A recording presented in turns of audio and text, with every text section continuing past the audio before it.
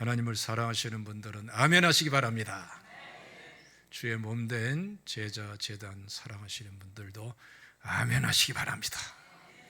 하나님께서도 우리를 사랑하시고 우리를 좋아하시고 우리를 기뻐하시고 즐거워하시는 줄로 믿으시기를 축원합니다. 자, 우리 따라합시다. 여호와가 대대로 싸우리라. 다시 한번, 여호와가 대대로 싸우리라. 오늘 이 말씀은 아말렉이 이스라엘을 공격하는 내용이에요. 전쟁이 벌어지는 것이죠. 그런데 하나님께서 이 전쟁에 개입하셔서 완전한 승리를 이루게 하시죠. 그래서 하나님께서 싸워주시는 전쟁, 승리케 해주시는 전쟁, 이 역사가 오늘 말씀에 있고요. 이것을 통해서 하나님께서 굉장히 중요한 그리고 아주 특이한 메시지를 우리에게 주십니다. 먼저 우리 14절 말씀 다 같이 읽겠습니다. 시작. 여호와께서 모세에게 이르시되 이것을 책에 기록하여 기념하게 하고 여호수아의 귀에 외워 들리라. 내가 아말렉을 없이하여 천하에서 기억도 못하게 하리라. 하나님이 전쟁에서 승리케 해주셨는데 그것으로 끝나지 않고 아예 아말렉을 없이 하겠다. 기억도 못하게 하겠다. 이렇게 말씀하셨는데 이게 왜 그랬는가? 진짜 그렇게 됐는가? 이게 참 의미 있는 내용이에요. 원래 아말렉은 우리가 잘 아는 이삭의 큰아들 에서의 후손입니다. 근데 여러분 정말 무서운 게 뭐냐면은 이 DNA라는 게 있죠. 유전자가 그냥 이렇게 이어지듯이 성경에 보면은 윗대에 가지고 있는 그 신앙 상태가 대를 이어서 이어지는, 그리고 그것이 축복이 되기도 하고 심판이 되기도 하는 이런 것을 많이 볼 수가 있어요. 그 중에 하나가 바로 에서에 관한 것입니다. 에서는 맏아들로 태어나서 장자의 축복을 받고 이스라엘의 장자의 개념은 다른 아들보다 2배를 받는 거거든요. 그런데 이 에서는 장자의 명분, 하나님이 주는 이 축복을 아주 우습게 알고 소홀히 알죠. 그래서 창세기 25장 말씀 보면은 야곱에게서 떡과 팥죽을 받고 장자의 명분을 넘겨줘요. 이게 농담 삼아 장담 삼아 했든 진담 반 농담 반으로 했든 간에 이 에서는 팥죽 한 그릇에 장자의 명분을 몇 덩이 떡 포함해 가지고 넘겨줘요. 이것에 대해서 성경은 아주 명확하게 정리를 해줍니다. 34절 하반절 보면은 에서가 장자의 명분을 가볍게 여김이었더라.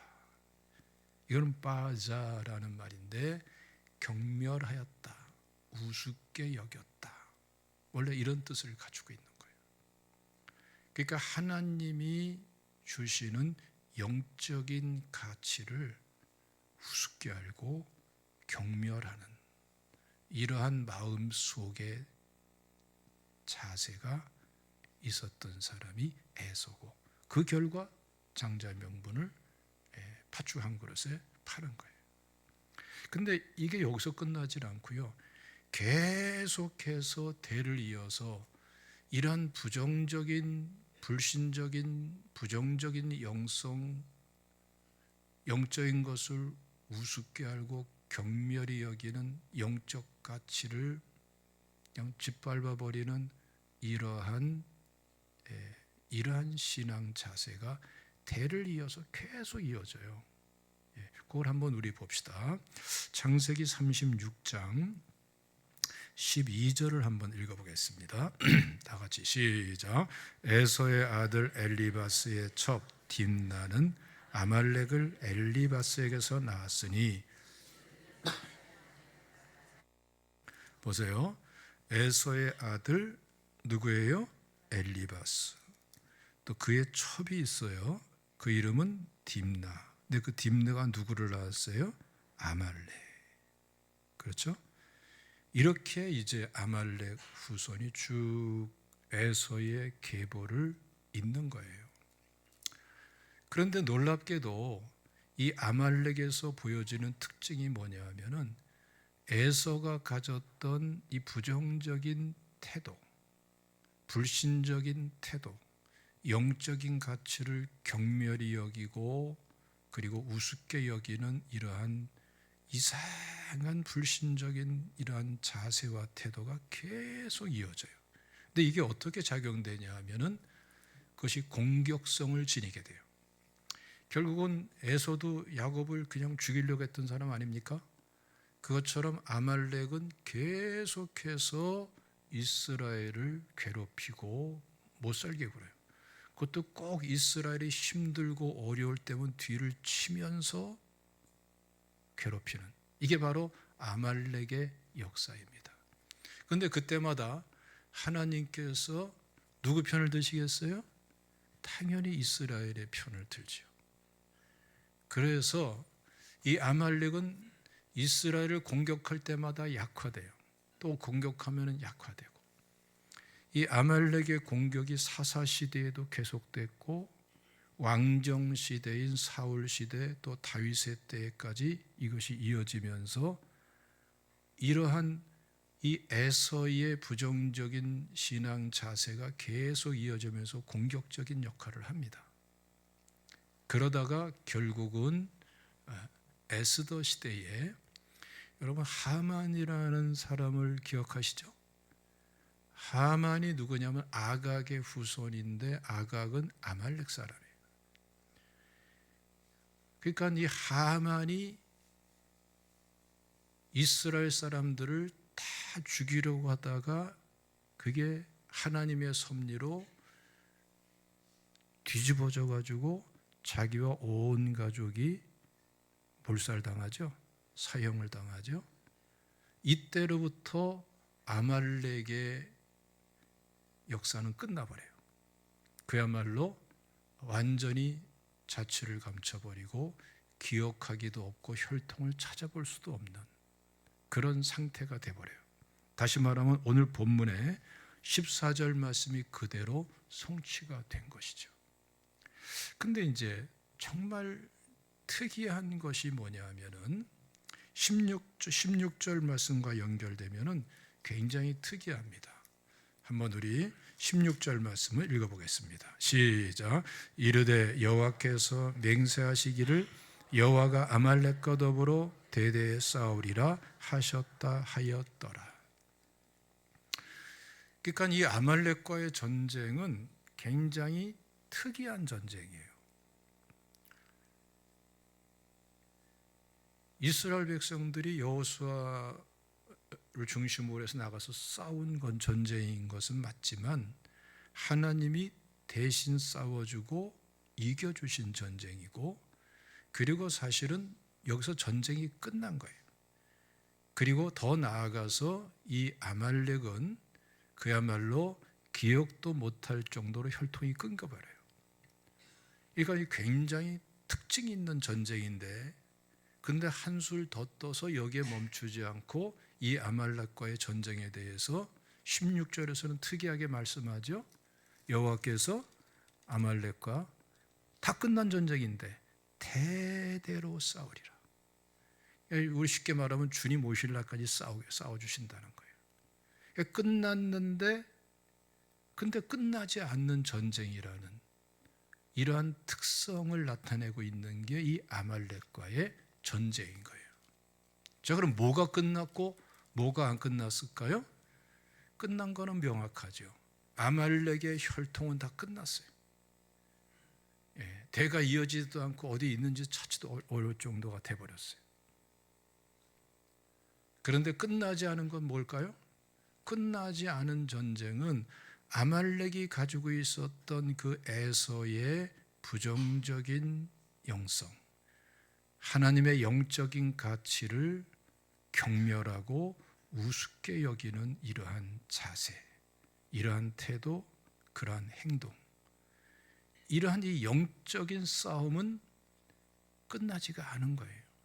계속 대대로 이어지고 주님 오실 때까지 계속 이어지는 거예요. 그리고 우리가 성경을 통해서 보면은 정말 중요한 것을 발견해야 됩니다. 이 아말렉과의 전쟁, 여기서 승리하지 않으면은 구원받은 하나님의 자녀들의 허락되어 있는 축복은 다 없어져 날아가는 거예요. 지금 이스라엘 백성들은 가나안 땅을 향해서 가고 있고, 그것은 언약된 땅이고 언약의 땅이고 축복의 땅이고, 여기서부터 하나님께서 어마어마한 일을, 구원의 일을 이루시는 그러한 엄청난 그러한 땅이, 이 축복의 땅이 가나안 땅인데, 그것을 통칭해서 젖과 꿀이 흐르는 땅이라고 표현하지 않습니까? 그런데 만약에 이스라엘 백성들이 아말렉과의 전쟁에서 패하고 짓밟히면은 가나안 땅의 축복은 끝나버리는 거예요. 그 오늘날 여러분, 혈통적 아말렉은 끝났지만 이상하게도 똑같은 공격이 우리 그리스도인들에게 아말렉이 이스라엘을 공격하듯이 끊임없이 닥쳐옵니다. 이것에 대해서 우리가 명확하게 이해하고 이것을 잘 승리하는 것이 하나님께서 구원받은 하나님의 자녀들에게, 너희가 그리스도께 속한 자면 아브라함의 자손이여 약속대로 유업을 이을 자니라 선언하신 이 말씀 그대로 구원의 은혜 속에 담겨있는 온갖 축복과 영광이, 이걸 잘 이겨내고 하나님의 은혜의 자리로 가야지 우리에게 이 축복과 놀라운 은혜가 풍성하게 부어지는 줄로 믿으시기를 주님의 이름으로 축원합니다. 그런 의미에서 오늘 본문은 굉장히 중요한 거예요. 그래서 오늘 여러분, 그냥 예배로 끝나지 마시고 실질적인 열매를 맺는 또 한 번의 출발점이 되시기를 주님의 이름으로 축원합니다. 이 내용을 우리가 보면은 이 전쟁이 언제 왜 일어났는가라는 것을 먼저 볼 수 있고요. 그 다음에 이것을 어떻게 승리해 나갈 수 있는가라는 것을 오늘 본문에서 말씀을 해요. 한번 읽어보겠습니다. 8절 시작. 그때에 아말렉이 와서 이스라엘과 르비딤에서 싸우니라. 이 그때가 어느 때예요? 이때는 어느 때냐면은 이스라엘 백성들이 광야길을 걸으면서 하나님의 보호를 받고 나가는 때죠. 가나안, 축복의 언약의 땅 가나안, 젖과 꿀이 흐르는 그 땅을 향해서 나가는 때예요. 근데 하나님께서는 밤에는 불기둥으로, 낮에는 구름기둥으로, 아침에 일어나는 만나로 먹이시고 막 이렇게 기적의 기적으로 도우시고 입히시고 먹이시고 보호하시는 때예요. 그런데 이스라엘 백성들에게 물이 없어. 그 음식이 있어도, 옷이 있어도 물이 없으면 어때요? 힘들죠. 안 되죠. 근데 물이 없는 것 때문에 하나님께 믿음으로 기도하면 좋은데, 이 이스라엘 백성들은 물이 없는 것 때문에 원망하고 불평했어요. 여러분, 우리가 그렇게 될 때가 많죠. 하나님의 주신 은혜는, 그동안에 주신 은혜는 사실 너무너무 많아서 차고 넘치는데, 나한테 꼭 필요하다고 생각하는 그 어떤 것이 없으면은 그런 그동안에 주신 은혜를 경험하고 받았으니 그때 하나님께 나가서 믿음으로 기도하면 좋겠건만 이 죄성을 지닌 인간은 그러지를 못하고 하나님께 원망하고 불평하고 하나님 탓을 하기가 쉽단 말이에요. 여러분들 솔직히 한번 스스로에게 질문해 보세요. 내가 그런 적이 있었나 없었나? 소리는 내지 마세요. 인간이 그런 존재란 말이죠. 예? 그 이스라엘 백성들도 물이 안 나왔으면은 그동안에 얼마나 엄청난 은혜 주셨습니까? 기적에 기적을 베푸시고 날마다 기적인데 그러면은 그 하나님께 믿음으로 기도하면 좋겠건만 원망하고 불평하고 불평의 기회로 삼았어요. 심지어는 여러분 7절 말씀 보면은 여호와께서 우리 중에 계신가 안 계신가? 서로 다투면서 나오는 말이 하나님이 어디 있어? 계셔 안 계셔?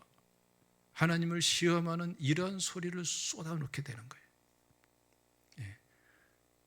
그래서 하나님께서 무리바에 반석을 쳐서 물이 나게 하셔서 물은 먹였는데 이들은 이미 회개하지 않으면 안 될 잘못들을 저지르고 있죠.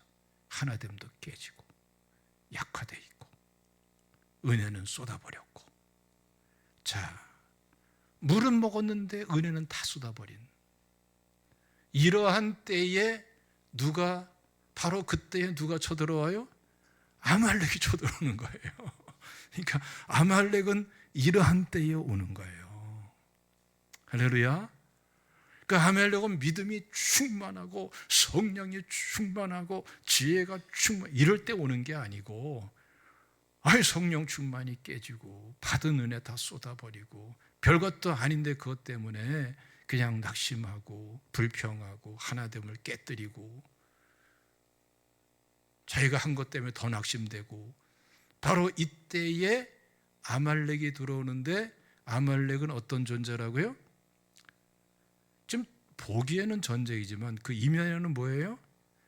하나님의 영적인 가치를, 믿음의 가치를 경멸히 여기고 우습게 여기는 이러한 불신적인 이러한 태도, 그런 게 밀려 들어온다니까요. 여러분 그렇지 않아요? 실질적으로 믿음 생활 잘하고 은혜가 충만하고 깨어서 기도하고 그럴 적에는 낙심도 안 돼. 시험 들을 만한 있어도 또 그냥 감싸게 되고 그렇게 돼요. 근데 뭔가 뜻대로 안 되는 것 같아. 뭔가 좀 안 풀리는 것 같아. 좀 피곤해. 마음이 힘들어. 그러다가 요만한 거 하나 생기면은 그때는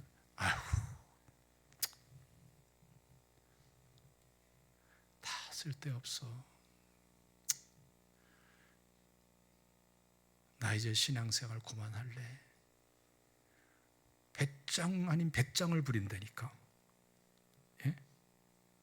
그랬던 적 있어요, 없어요? 예, 분명히 이 자리에 그런 분들이 있을 거예요. 그게 인간의 모습이기 때문에 거기에도 보편성이 있거든요. 그런데 그때에 진짜 빠지기 쉬운 게 뭐냐면은 하나님이 주신 은혜를 소홀히 여기고 우습게 알게 되고 영적인 가치를 짓밟고 자칫하면 그렇게 되는 거예요. 그럴 때 이단이 와서 어쩌고 저쩌고 하면은 쉽게 이단에 빠지는 거예요. 아말렉은 바로 이럴 때 공격한다니까요. 믿습니까? 아말렉을 조심하시기를 주님의 이름으로 축원합니다. 할렐루야. 여러분, 이것을 승리하는 명확한 원리를 모세는 알고 있었어요. 한번 읽어봅시다. 9절 말씀 다 같이 읽습니다. 시작. 모세가 여호수아에게 이르되 우리를 위하여 사람을 택하여 나가서 아말렉과 싸우라. 내일 내가 하나님의 지팡이를 손에 잡고 산꼭대기에 서리라. 두 가지 큰 해법을 제시하는 거예요. 하나는 뭐냐면은 여호수아를 중심으로 해서 이스라엘의 전쟁에 나가 싸울 만한 연령층에 있는 젊은이들을 데리고 나가서 아말렉과 싸우라는 현실적인 대책입니다. 근데 생각해 보세요. 이건 해답이 될까요, 안 될까요? 해답이 안 돼. 왜 안 되는지 아시죠? 아주 합리적으로 안 되게 돼 있어요. 왜냐? 지금 아말렉은요, 정규군입니다. 정규군. 훈련받고 무장하고 이 당시에 최고의 무기인 칼과 활과 창과 방패를 가지고 있는 이 조직적인 군대고 지휘관이 있고 일사불란하게 움직이는 정규군이에요. 이스라엘은 수백 년 동안 애굽에서 노예살이하다가 갑자기 하나님의 은혜로 출애굽해가지고 나온 노예고 오합지졸이야. 군대가 아니에요. 무기도 없어요. 이 당시에 이스라엘에게 있는 무기는 뭘까요? 기껏해야 돌멩이 아니면은 몽둥이 뭐 이런 정도죠. 그리고 조직되지도 않고 훈련되지도 않았어요. 이런 거는요, 싸움의 상대가 안 돼. 군사 전문가가 이제 그런 얘기를 하는 걸 제가 들었어요. 오래전 얘기인데 안산에 대해서도 얘기하는 겁니다. 70만 가까운 이러한 도시지만 제대로 무장된 군대 1개 중대 병력이면 이거 다 장악합니다. 전술을 알고 전략이 하는 지휘관이 분명히 중대장이 그런 사람이고 당연히 그렇죠. 다 공부하니까. 그리고 제대로 무장되어 있으면 이 도시 하나 딱 장악해요. 쉽게 장악합니다. 꼼짝 못합니다. 그게 군대예요. 여러분 전쟁에 관한 그러한 글들을 읽으신 분들이 많이 있을 거예요. 로마 군이 싸우면서 로마 제국 이룰 적에요. 주변의 나라의 군대들이 2배, 3배, 많게는 10배 가까이 많은 군대를 제압해버립니다. 훈련이 돼 있고 지휘관이 전략과 전술이 딱 뛰어나게 준비되어 있으면은 달라지는 거예요. 오합지졸의 군대하고 똑같은 군대라도 오합지졸의 군대하고 잘 준비된 훈련된 군대하고는 이건 뭐 안 되는 거예요. 안 되는 거예요. 그 유명한 줄리어스 시저 카이사르에 관한 것도요. 소수의 병력까지. 그 카이사르는요 얼마나 놀라웠냐면은 군대 숫자 가지고서 비교해서 무슨 우열을 가리질 않아요. 숫자와 상관이 없어요. 싸우면은 백전백승을 합니다. 전략이 뛰어나고 휘하에 있는 군사들이 철저히 훈련되어 있고 조직적으로 움직이고 대단한 거예요, 여러분.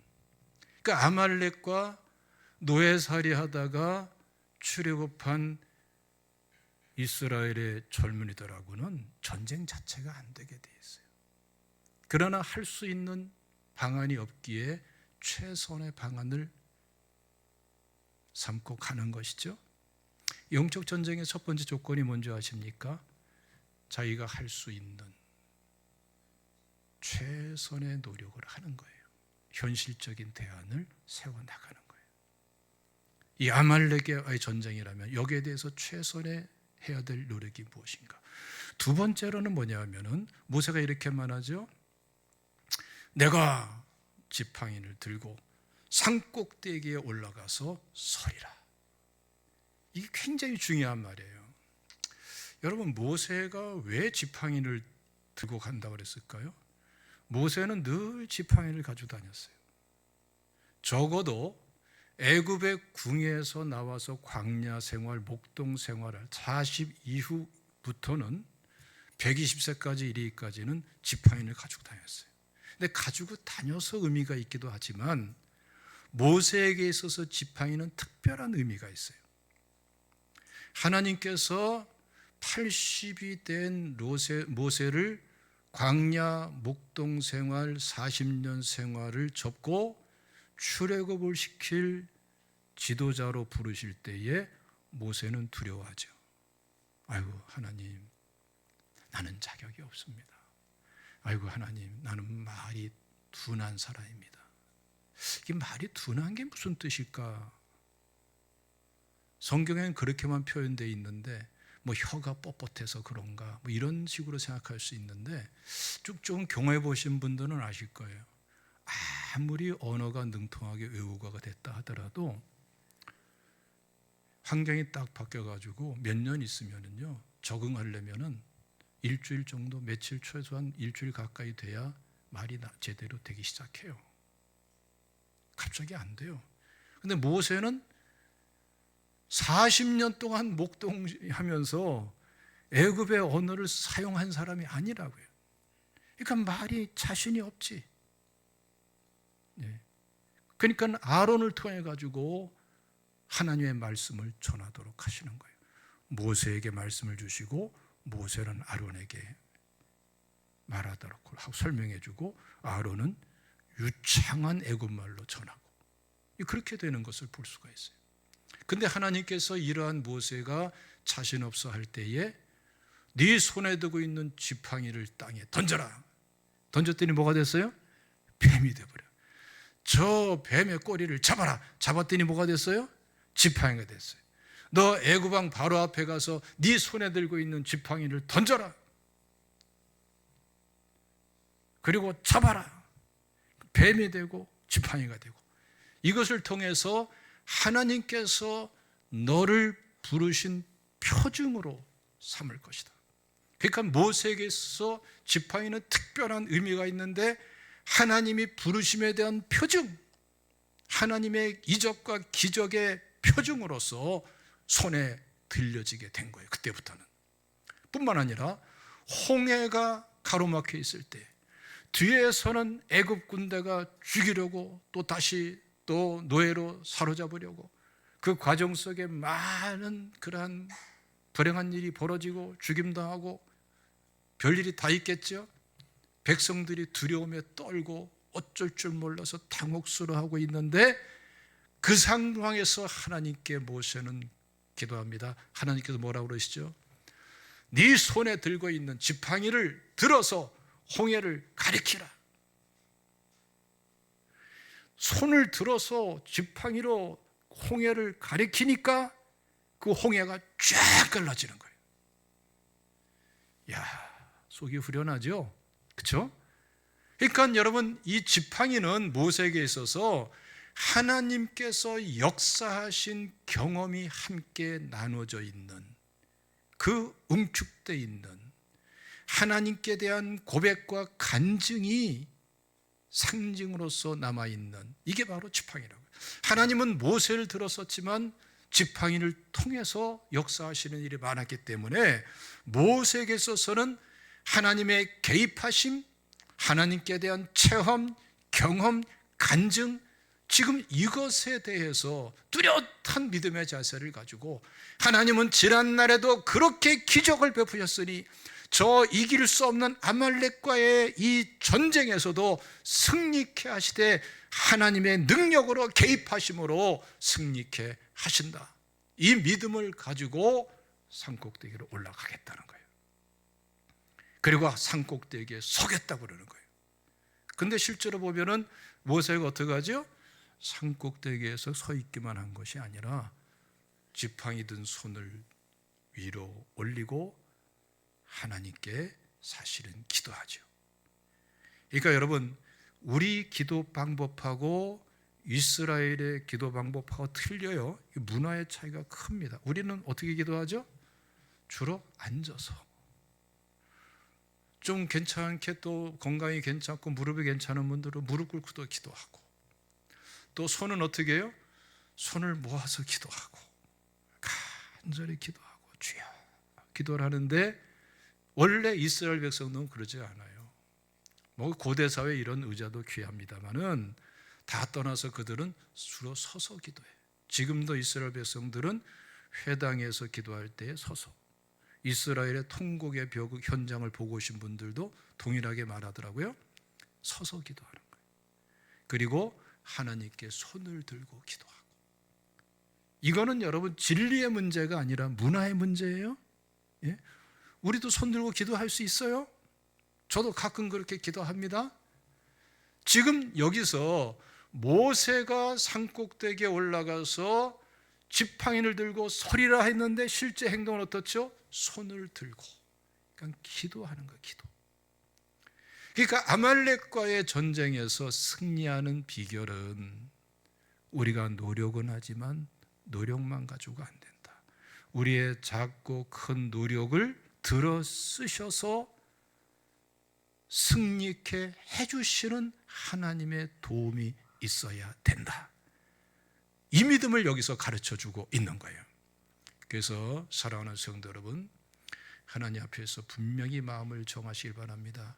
자꾸 마음속에 부정적인 생각, 낙심스러운 생각, 영적인 가치를 우습게 여는 이상한 교만, 경멸히 여기는 이 불신적인 태도, 에서와 또 아말렉 같은 이러한 것.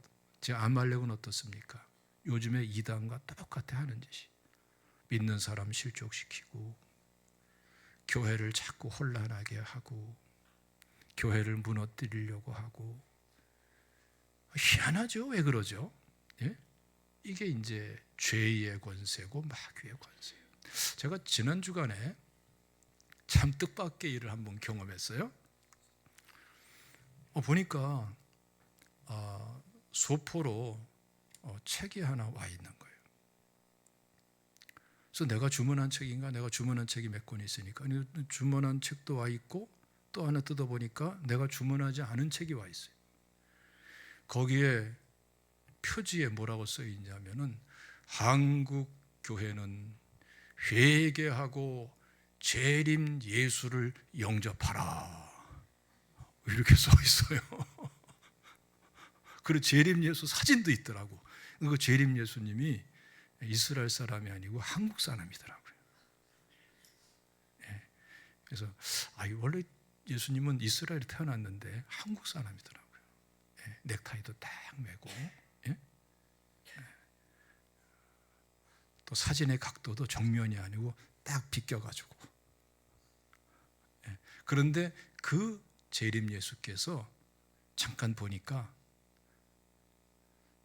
과거에 서대문 형무소에서 죽었대요. 그분이 다시 재림 예수로 왔으니 영접하라.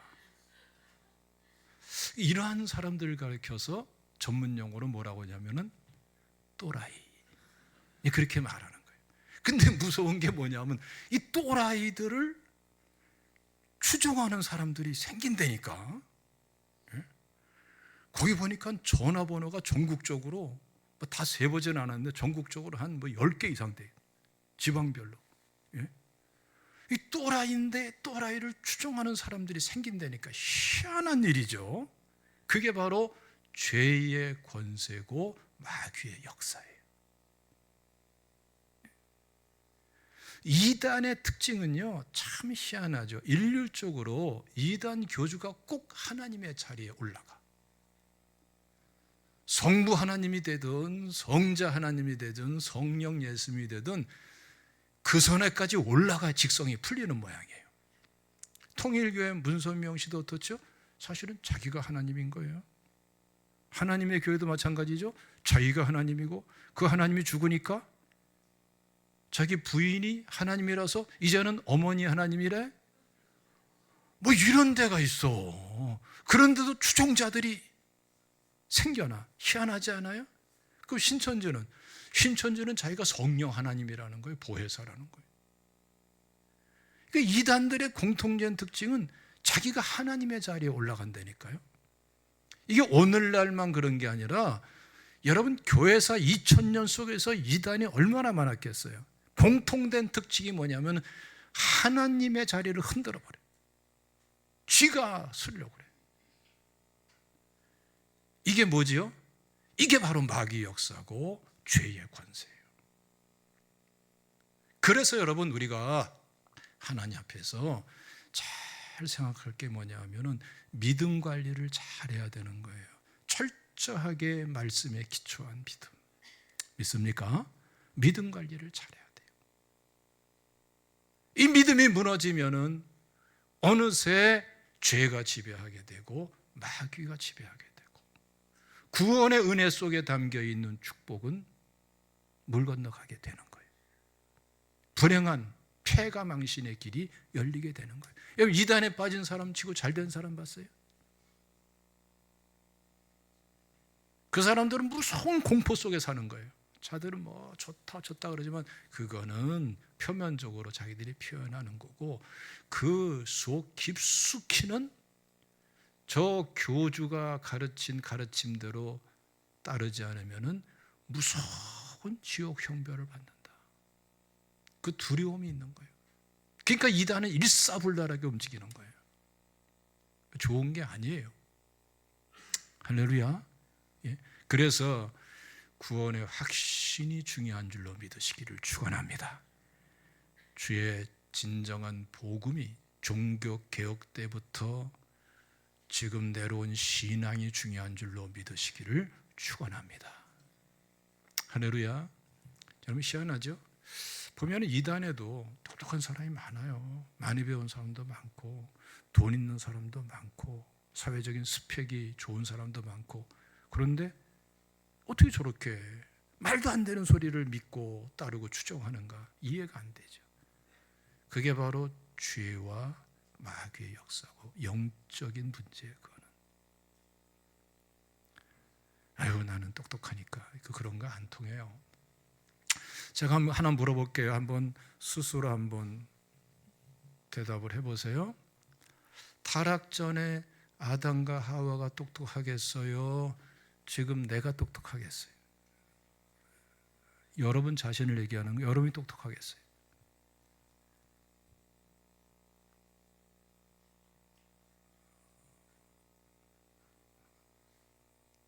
여러분이 똑똑하다는 것 같아요. 가만히 있는 거 보니까.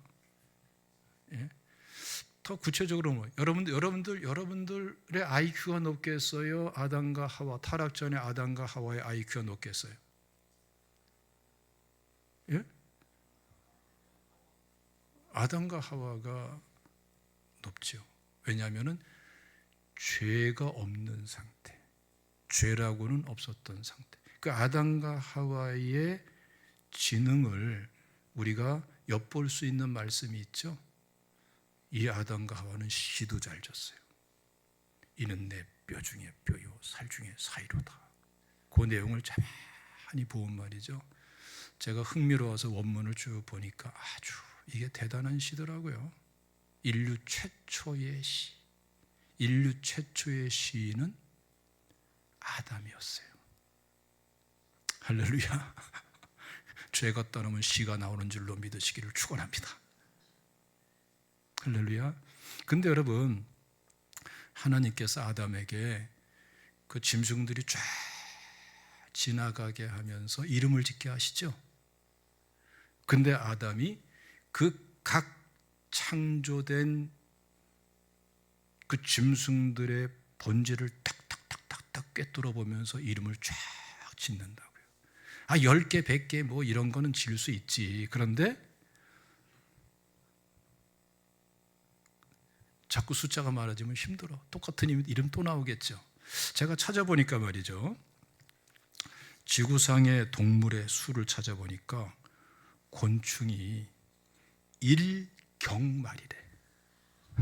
상상을 초월하죠. 예? 야, 또 놀라운 거는 조류는